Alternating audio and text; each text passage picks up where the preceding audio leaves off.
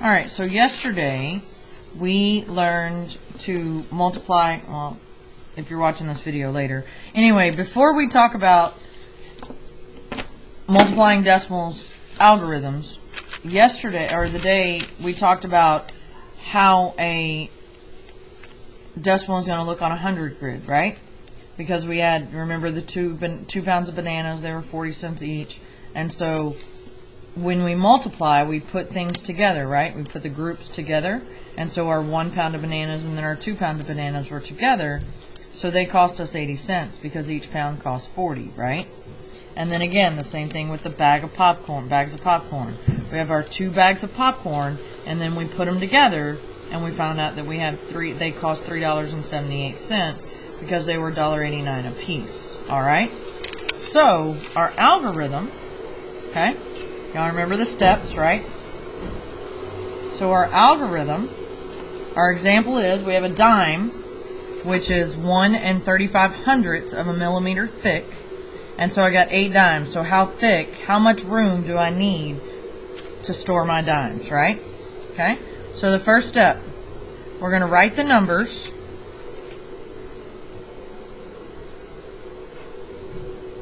vertically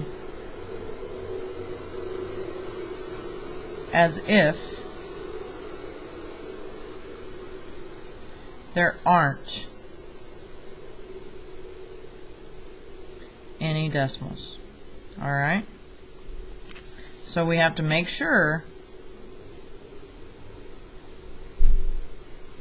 the decimals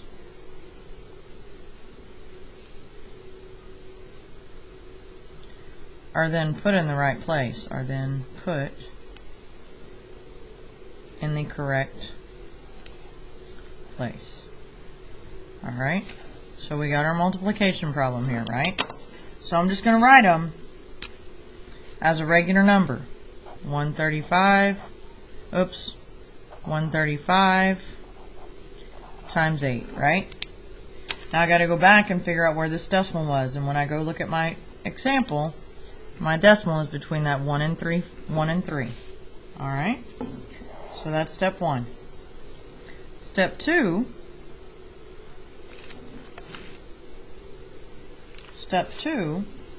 I'm going to multiply the digits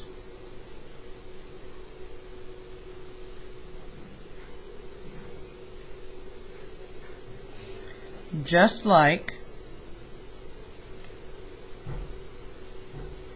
they are whole numbers.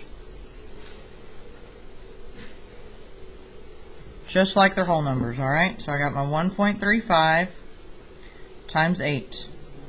So I'm just going to multiply these.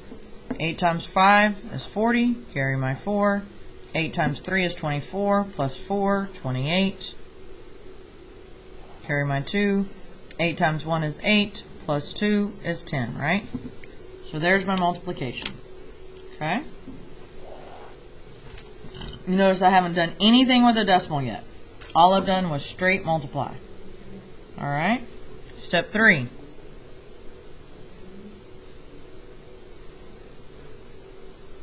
Step 3. I'm going to count how many place values are behind a decimal. Okay? So I've got 1.35 times 8, which equals 1080. But now, y'all know this is my thinking bubble, right? This is what I'm thinking. So I've got to go and count. It says count.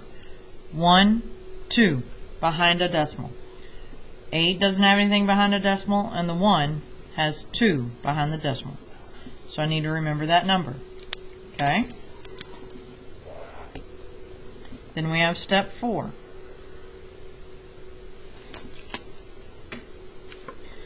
From behind the last digit,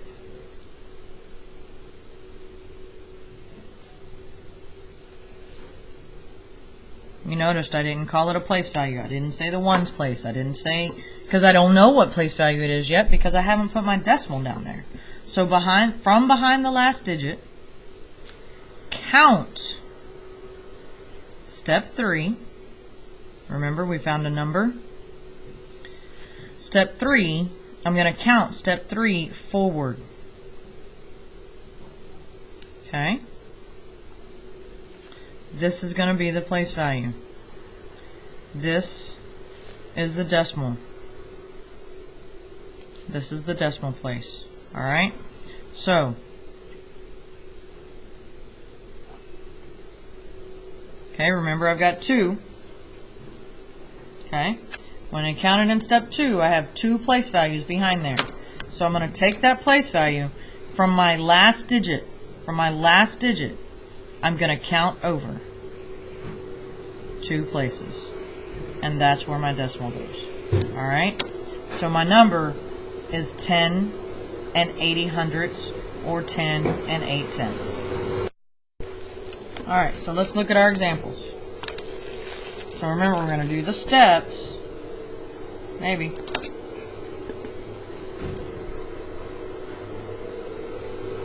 So we're going to follow these steps with our 2 examples, alright? So the first step says, write the numbers vertically as if there aren't any decimals. So I did that already. Make sure that the decimals are in the correct place. So this is our problem, right? And then step 2 says I'm going to multiply the digits just like their whole numbers. So 6 times 3, 18, good job. 6 times 1 plus 1, 7, right? So I finished step 2. Step 3 says count how many place values are behind a decimal. So when I come over here, I've got 1 decimal, 2 behind a decimal, right? Alright, so I got that number in my head. 2 is in my head. Step 4 says from behind the last digit, so my last digit is 8, count step 3, and how many did we say in step 3? Good job, 2. Count step 3 forward. This is going to be the new place value. So, I got to start here, and I'm going to count forward. 1, 2. Okay? Because I have 2 decimals right there. Alright? Okay. Now let's look at the other one. So, I've already got them written. All my decimals are in place. Okay?